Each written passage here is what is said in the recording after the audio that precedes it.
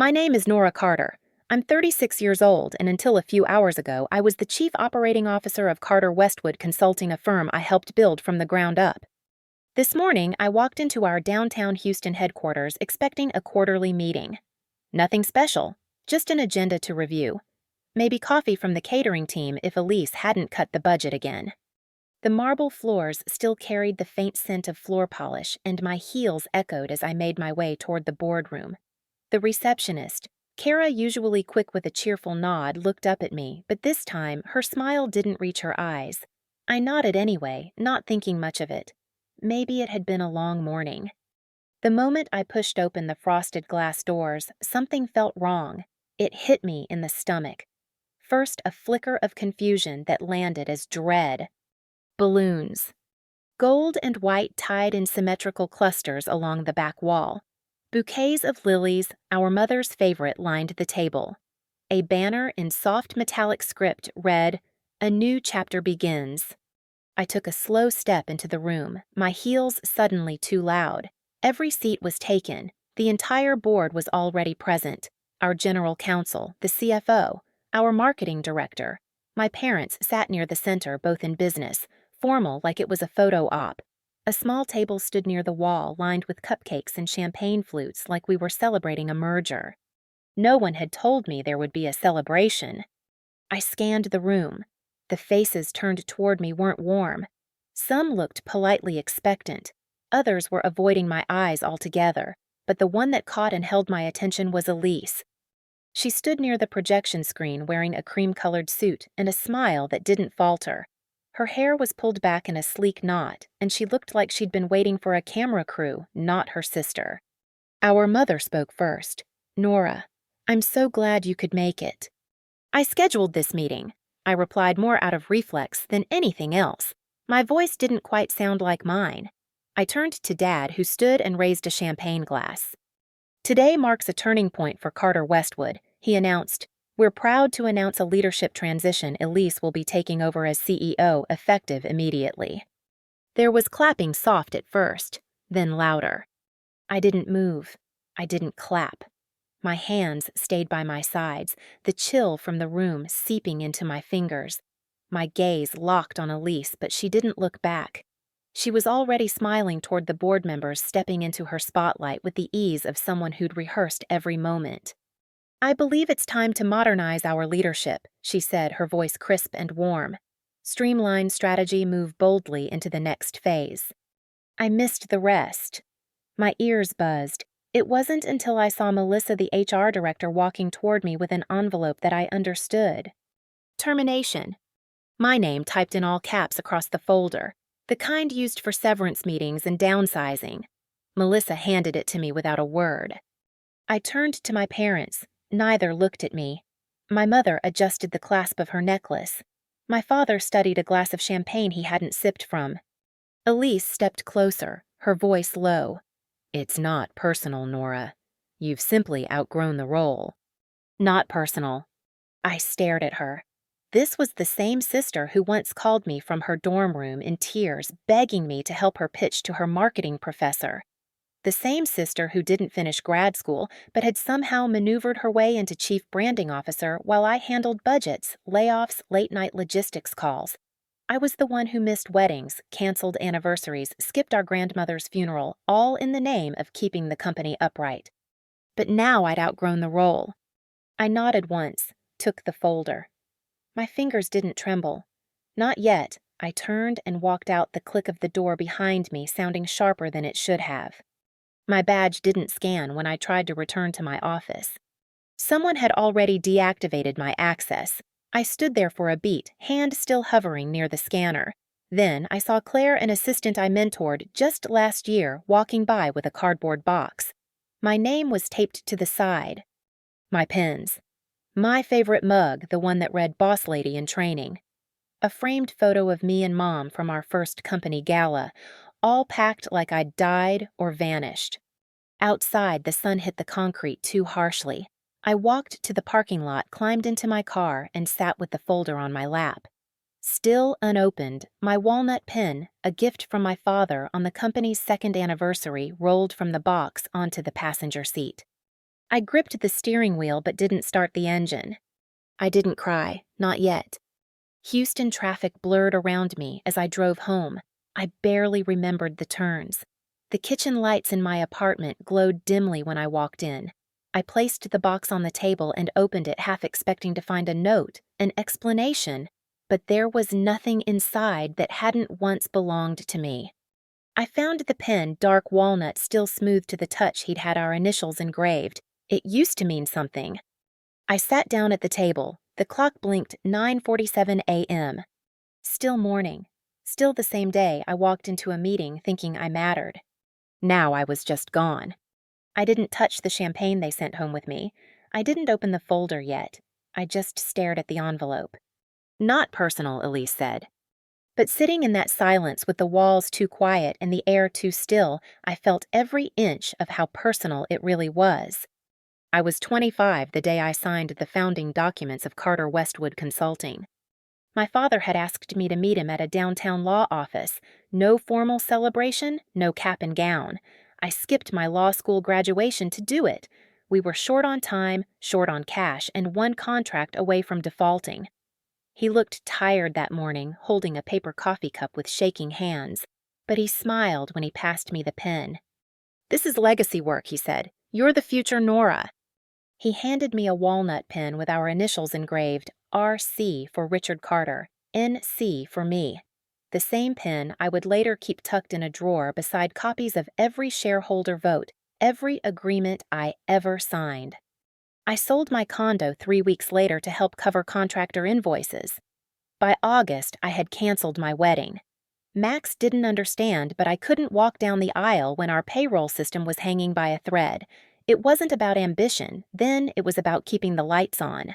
70-hour weeks became my normal. I ran budget reports from a folding table in a shared office space. My father traveled to pitch clients, but I did the back-end work, contract language, tax compliance, hiring plans. In our first year, I built our internal audit structure from scratch. In our second, I mapped our entire compensation framework. No one saw those spreadsheets, but they saved us. Elise, meanwhile, was finding herself in Europe, Paris for a semester, Lisbon for a boyfriend. She enrolled in a business comms master's program fully funded by my parents. She didn't check in, didn't ask how the business was going, but her name still appeared on our website as a brand advisor. Her headshot arrived before she did. When she finally moved back to Houston, she brought energy, new ideas, and the same charming smile that got her out of speeding tickets and missed deadlines.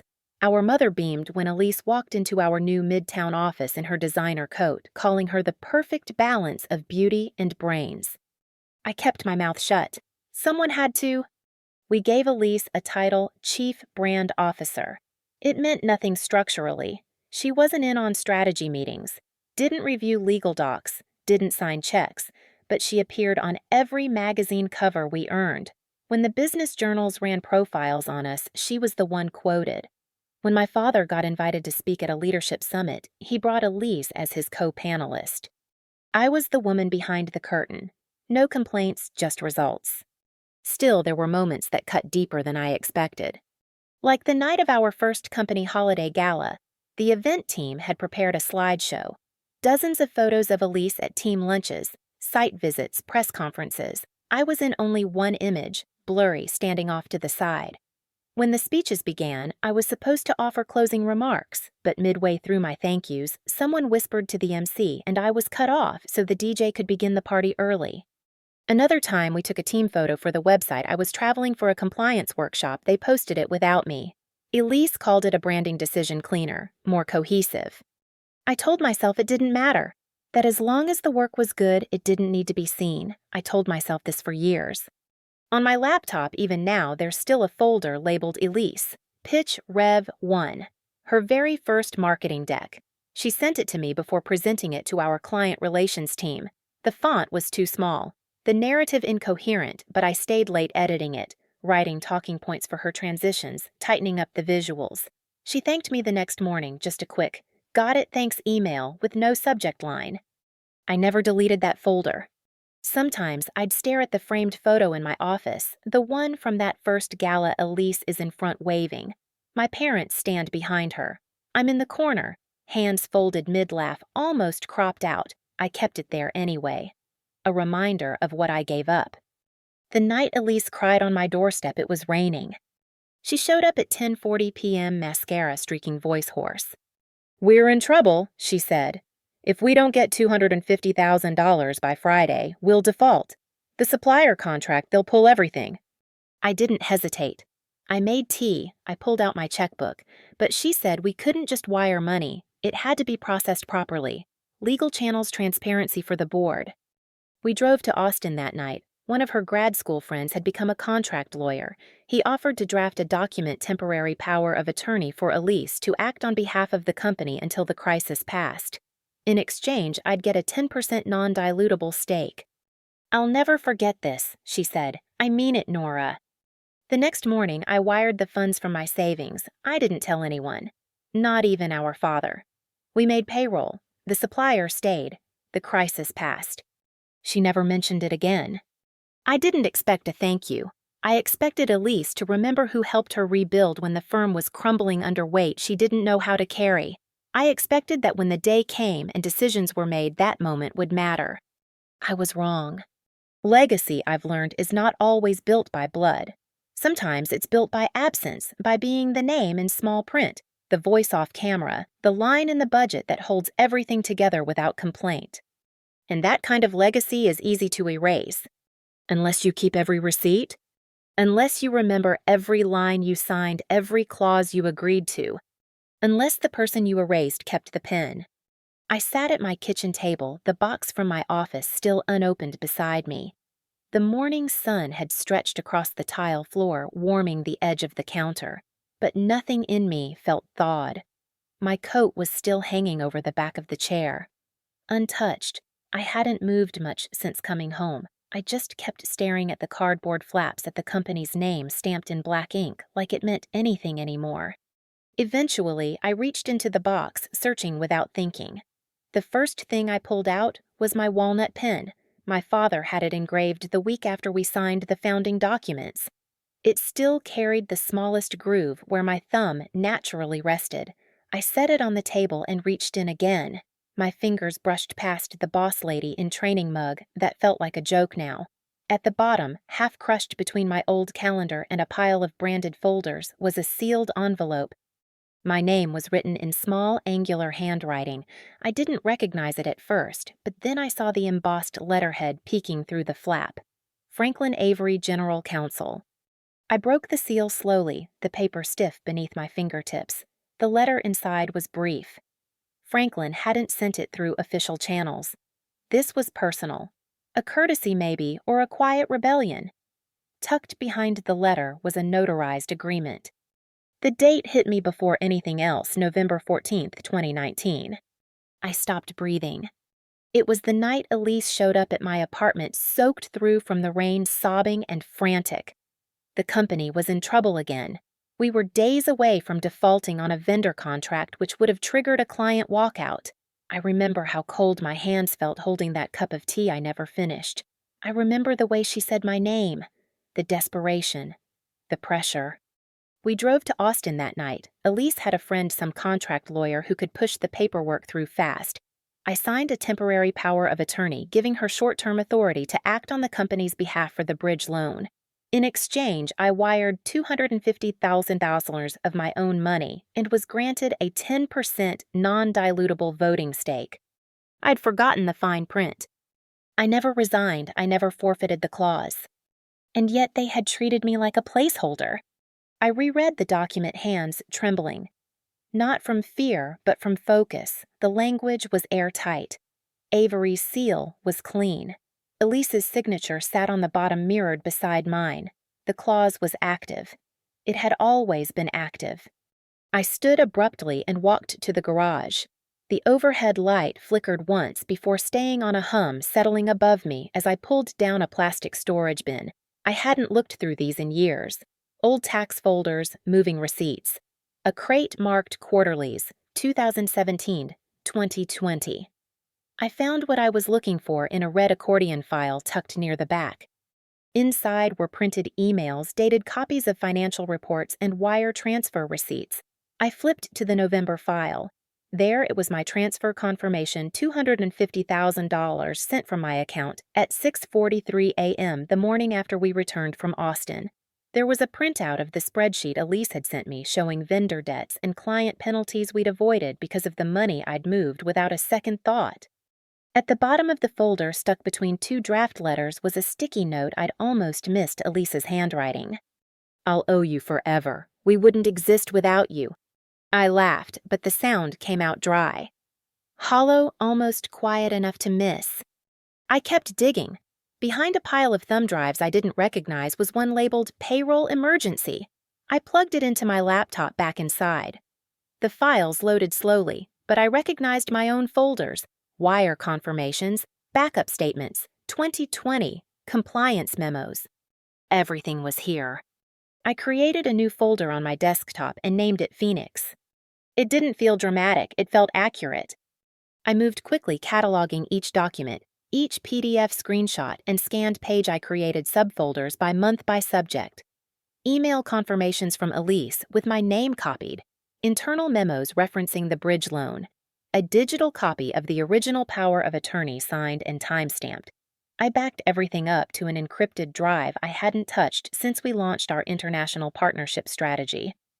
There was nothing angry in the way I moved, no frantic energy, just the hum of a woman remembering who she was. They thought I'd forgotten. They thought the files were buried too deep, or that I wouldn't keep the originals. They assumed I was too loyal, too exhausted, too tired to look back. But I remembered. Every check I wrote, every line I signed. Every night I stayed behind after Elise left, with her hair still perfect and her heels clicking against tile, while I sorted out vendor extensions and delayed payroll notifications. I remembered the silence after that crisis passed. The way no one brought it up again. The way Elise stood on the main stage at the summer retreat, talking about resilience like she'd weathered the storm alone. I remembered how they left me out of the quarterly projections, how my access to the voting dashboard quietly disappeared, how no one called when I raised a concern about asset restructuring. They thought I'd forgotten. I hadn't. Now, with the proof in hand, I wasn't plotting revenge. I wasn't planning a takedown. I was doing what I'd always done, preparing. Quietly, completely. Because when someone tries to erase you, the most powerful thing you can do is return with every receipt. And I had all of them. The email came late, buried between a tax notification and a calendar reminder for a subscription I'd already canceled. The subject line was plain: "We need to talk." No greeting, no context, just a quiet red flag from a name I hadn't seen in weeks. Javier Luna. I stared at it for a long moment before clicking. There wasn't much inside, just a time, an address. One line: "It's about what they told me to erase." 2 hours later, I was standing outside a beige apartment complex near Montrose, where the only sounds were the hiss of a busted sprinkler and a TV murmuring through thin walls. Javier's place was tucked behind a rusted stairwell third-floor door, slightly ajar when I knocked. He opened it without a word, stepping aside as I entered. I hadn't seen him since the day I was fired. He looked older now. Drawn-out shoulders, slouched beneath a hoodie with one sleeve pushed up, the other half unzipped. The air inside was stale, like someone who'd stopped inviting the world in a long time ago. Pizza boxes stacked under the window, an ashtray near the door, though I didn't remember him smoking. His laptop sat open on the coffee table, glowing softly. A tray beside it held 3 USB drives, each labeled in blocky handwriting. I sat in the far chair watching him as he paced once, then finally sat on the edge of the couch. "They told me to delete your record," he said. I didn't speak, just waited. He exhaled, rubbing his palms together. "Your shareholder logs, meeting minutes where you voted, payroll trails that showed your discretionary role, the draft reports you edited, they wanted it all off the system." I kept my hands in my lap. "I was supposed to act like you were never really part of anything, like your role was technical, a formality, no stake, no authority." "And you did it?" I asked, though I already knew. He shook his head. I pretended to. I archived them, encrypted them, sent them to myself. It felt wrong. And after what happened to you, It stopped feeling like silence. It felt like complicity. I let that settle in the space between us. Javier had always been reliable, the kind of accountant who triple-checked footnotes, who never showed up late to a meeting, who left every team dinner after exactly one drink. We didn't talk often, but I trusted him in the way you trust the foundation of a house you assume it'll hold, even if you never look down. I should have told you sooner, he added, but I didn't know how. I kept thinking. Maybe they'd back off.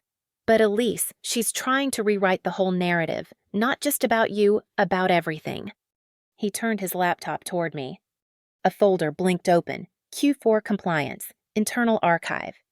Inside were subfolders, names, dates, familiar acronyms. One opened to a series of board vote records, and I saw mine, Nora Carter. 10% stake, present voted. Another document, a spreadsheet of discretionary allocations. I scrolled down to my name. It was marked authorized up until 6 months ago, then a yellow highlight and a single word, inactive. There were no meeting minutes explaining the change, no signature on the amendment, no vote logged. She phased you out without process, Javier said. She told the board you'd voluntarily stepped back. I clicked again. Another file loaded a transcript of an executive prep call time-stamped just before the vote that removed me. Elise's voice came through the speakers. Nora's a formality at this point. She shows up, yes, but she doesn't lead. She's too risk-averse to challenge me, and frankly, her legacy mindset is holding us back. Silence. Then laughter. I leaned back, not in shock, just to breathe. Javier cleared his throat. There's more. I don't need more, I said quietly. I just need proof. He reached into the tray and picked up a black flash drive, on the label written in thick black pen, "Not forgotten." I backed up everything that showed how you were removed, every file, every vote, every tracked change that was wiped after your access was cut. I took it from him carefully, as though it could shatter. He looked down at his hands. I'm not a whistleblower. I don't want to go public. I couldn't pretend anymore. Watching her get applause while your name got stripped off the wall. You didn't owe me this, I said.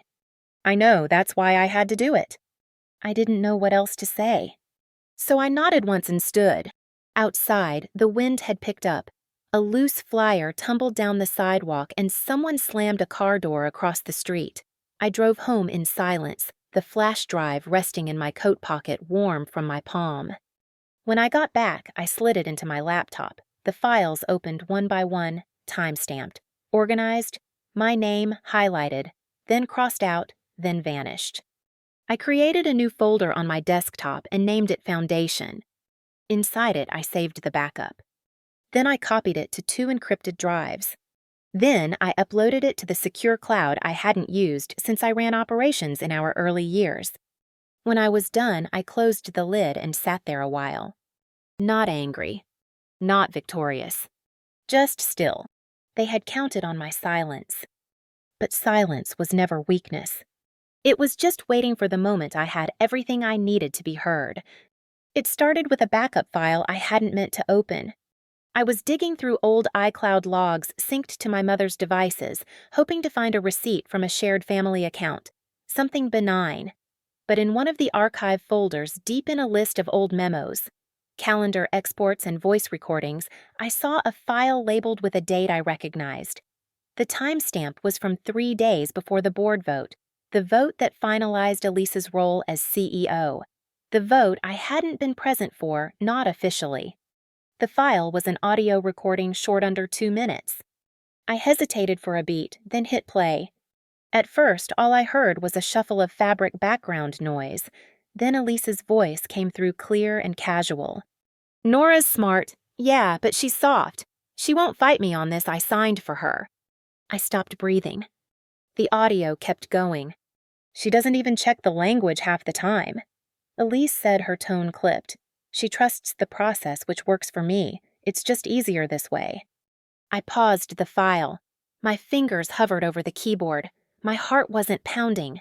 It was slow, heavy, steady, like the silence after a slammed door. She had said it plainly.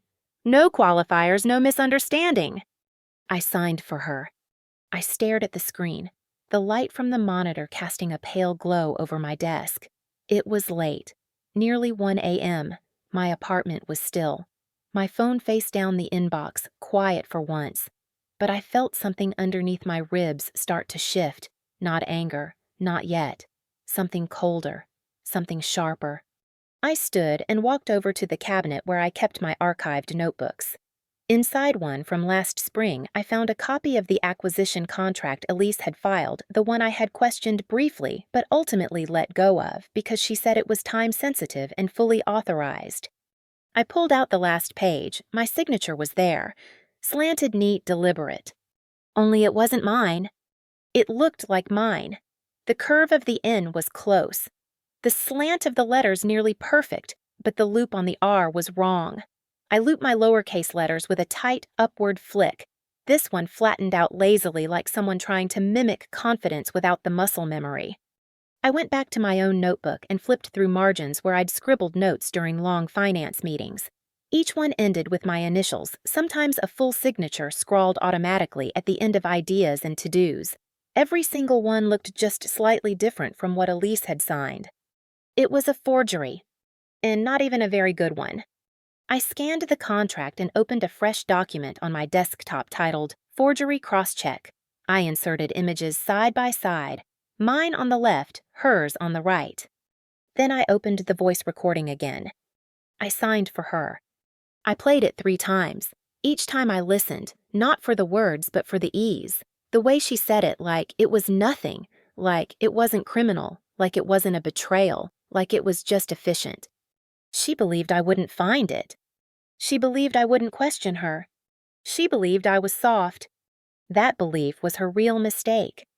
I walked back to the kitchen and pulled out a blank envelope from the drawer near the fridge. The kind I kept for handwritten notes and end-of-year letters I never sent. I took a black pen and wrote across the front in clear, sharp lettering, "Use only if she forgets." Then I returned to my desk and created a new encrypted folder. I named it Contingency. Inside, I saved the voice file, the scanned contract, my side-by-side signature analysis. I opened my notes from the day Elise pitched the acquisition. My calendar showed I'd been in Atlanta that week for a client meeting. I had the flight records, the hotel receipt. I wasn't even in Houston when that deal was signed. And yet my name had been placed on it as if I had blessed it with my own hand. I sat back and stared at the screen. This wasn't just manipulation. It was deliberate fraud. A forged signature submitted as legal authorization for a contract that shifted operational control in Elise's favor. The deal wasn't just about assets. It had altered board procedures, voting requirements, discretionary fund access. With one forged page, Elise had taken power that wasn't hers. And now I had her voice admitting it. I looked at the envelope again. Use only if she forgets. I knew what she'd say if I confronted her directly. She'd smile, tilt her head, say I was reading too much into things, that it was a misunderstanding, that she'd had verbal approval, that I'd signed off on it and forgotten. But Elise had always been careless when she thought she was clever. And I had always been the one who kept the paper trail. I opened the last drawer of my desk and pulled out the old thumb drive Javier had given me just nights earlier. Not forgotten, I added a copy of the forged signature to that archive, too, just in case. It wasn't time to use the evidence yet. Not quite. But I knew the time was coming. And when it did, I wouldn't yell, I wouldn't make a scene. I would show up quiet, steady, with the truth written in black ink and time-stamped across every file Elise thought I'd never revisit. She assumed I wouldn't look back. But what she forgot was that the girl she signed for had never needed a spotlight to stand her ground. She just needed one clean receipt. And now I had it. The ballroom shimmered in gold and glass. Every detail had been curated to perfection. Crystal chandeliers hung in neat symmetry from the ceiling, reflecting soft champagne-colored light onto the polished floors below. White orchids climbed tall silver centerpieces. A string quartet played something delicate near the stage. Waitstaff glided across the room, offering flutes of sparkling rosé and trays of truffle canapés. This was Elise's night. She'd spent months planning the Carter Westwood Foundation Gala, positioning it not just as a philanthropic event, but as a branding statement. Her name was everywhere, from the sponsor wall near the entrance to the printed quote on the back of the program booklet. Legacy is not what you inherit, it's what you leave behind. Her photo sat on the front cover, professionally lit, hair, glossy smile, calculated. She looked like someone who'd won something or taken it without asking. I didn't RSVP, I just showed up. I wore a black sheath dress and carried a small clutch. No dramatic entrance, no makeup crew. No one stopped me at the door. I found a seat near the back, near the side entrance, where the event staff huddled between courses. My chair gave me a clear view of the stage and Elise's table. She stood in a circle of people, corporate sponsors, old board members, her hand lightly resting on the arm of a guest I vaguely recognized from a finance journal. Spread I watched as she laughed, gestured gracefully, floated between conversations like she had nothing to fear. I didn't expect her to. I pulled my phone from my bag and opened the trust portal. The revocation form was already filled out, the legal signature verified, time-stamped and digitally recorded. It had taken weeks to file properly through the oversight channel of the trust system. Quiet, tedious legal work Elise had never bothered to learn because she assumed she would always be the one wielding authority, not checking the locks on it. At 8:43 p.m., I tapped confirm. The screen blinked once, power of attorney revoked notification sent. I didn't smile. I didn't shift. I simply placed the phone back in my bag and looked up. Elise was walking to the stage. The MC offered a practiced welcome, then announced her as the woman who redefined what executive leadership looks like. The audience applauded. Elise stepped into the spotlight, her navy dress catching the light like a sapphire. She looked polished, certain. "Thank you," she began, her voice amplified and smooth. "When I first stepped into this role, I didn't expect the word legacy to mean so much to me, but legacy is more than history, it's ownership of the future." I watched her speak, each phrase punctuated with poise, every smile held just long enough to photograph well. She was comfortable at home in the illusion. Then her phone buzzed. She glanced down almost unconsciously, then looked again, a beat too long. The next line of her speech stumbled slightly. She caught herself, smiled, and kept talking, but her eyes flicked toward the wings of the stage. From the far side of the room, I saw Robert Chang, one of the senior board members, rise from his table. He walked slowly toward the side stairs, clipboard in hand. He approached Elise just as she was wrapping up her prepared remarks. He didn't interrupt. He leaned in. Whatever he whispered was short. Elise nodded slightly, too quickly. And for the first time all evening, her smile didn't return.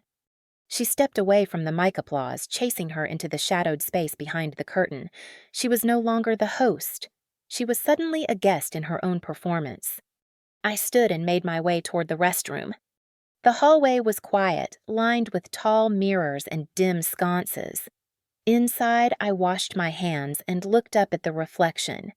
Not tired, not vindicated, just steady. This wasn't about winning anymore. It wasn't even about reclaiming something. It was about ending the silence. Not with noise, with record. When I returned to the ballroom, Elise had reappeared. She wasn't speaking to anyone now. Her phone was pressed to her ear, her other hand clenched at her side. She stood just inside the archway, staring at the board member who had whispered to her earlier. He was calm, chatting with someone from development, already moving on. I walked past her without pause. She didn't look at me. She didn't have to. The illusion had cracked. The audience might not have seen it yet, but she had. I passed the coat check, declined the gift bag, and stepped outside. The wind had picked up, catching the hem of my dress. The city smelled like pavement and late dinners. Somewhere down the street, a saxophonist played a slow tune on the corner. I paused and listened for a moment. I didn't need a microphone. I didn't need a headline or a press release or a confrontation that could be recited out of context. What I had was enough. A signed revocation, a digital trail, a paper history, a truth that didn't need to yell. I walked to my car in silence, the weight of the night settling into something still and final. Let her keep the stage. Let them toast her name. They'll find out soon enough. And when they do, I won't have to say a word. The envelope I dropped off at the Office of Business Ethics didn't look like much. No label, no logo, no flash. Just a thick packet of documentation organized by date, signed and stamped where it needed to be. A USB drive tucked inside held voice recordings, metadata logs, version histories. It was everything Elise had gambled I'd never collect evidence of slow erasure quiet fraud and one forged contract that shifted the center of power away from every founding agreement we had made. I didn't wait for acknowledgement. I didn't need to. I had copied every file into 2 cloud vaults and locked them under separate encryption keys. One was named Foundation, the other simply If Needed. I expected resistance. I didn't have to wait long. 2 weeks later, my attorney Daniel Lang forwarded me an email from Elise's legal team. A cease and desist sharpened tone peppered with phrases like defamatory, grossly misleading, and unauthorized release of internal company documents.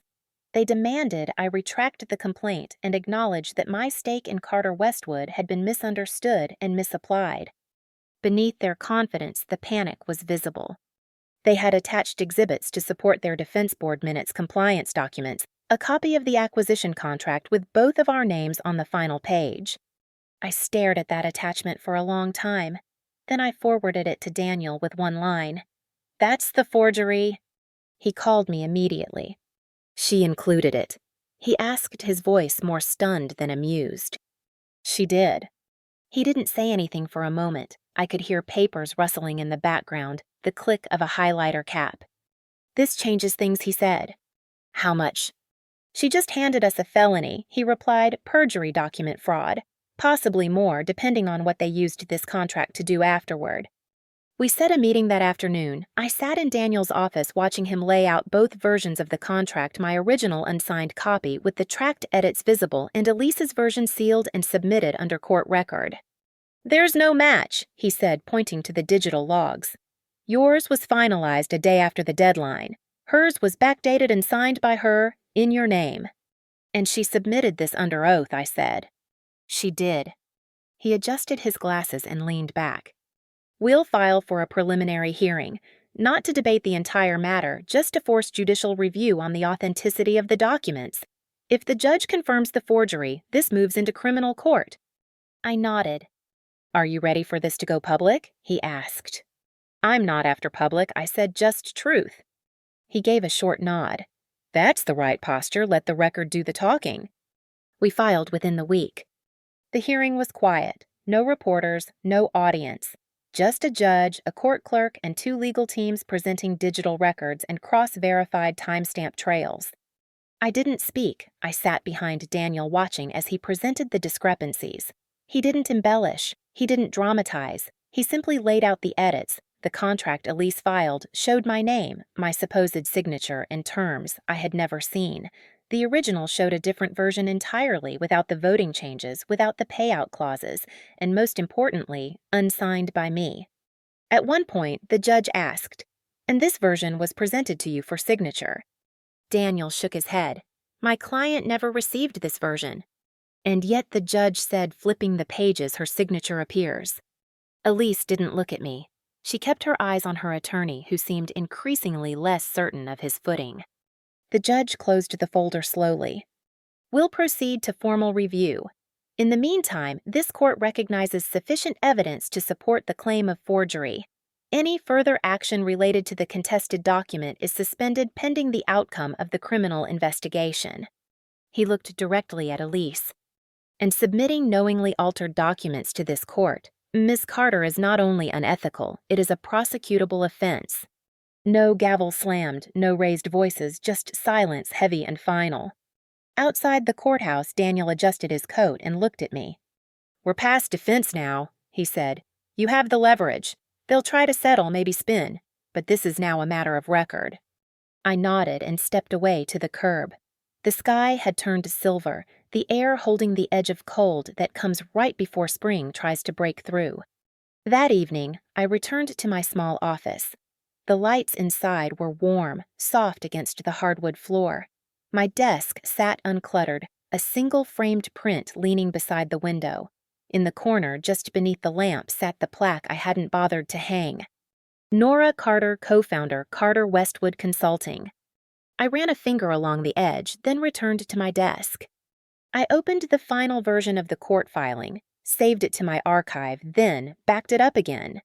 Not because I didn't trust the system, but because I'd learned what trust looked like when people thought you had no voice.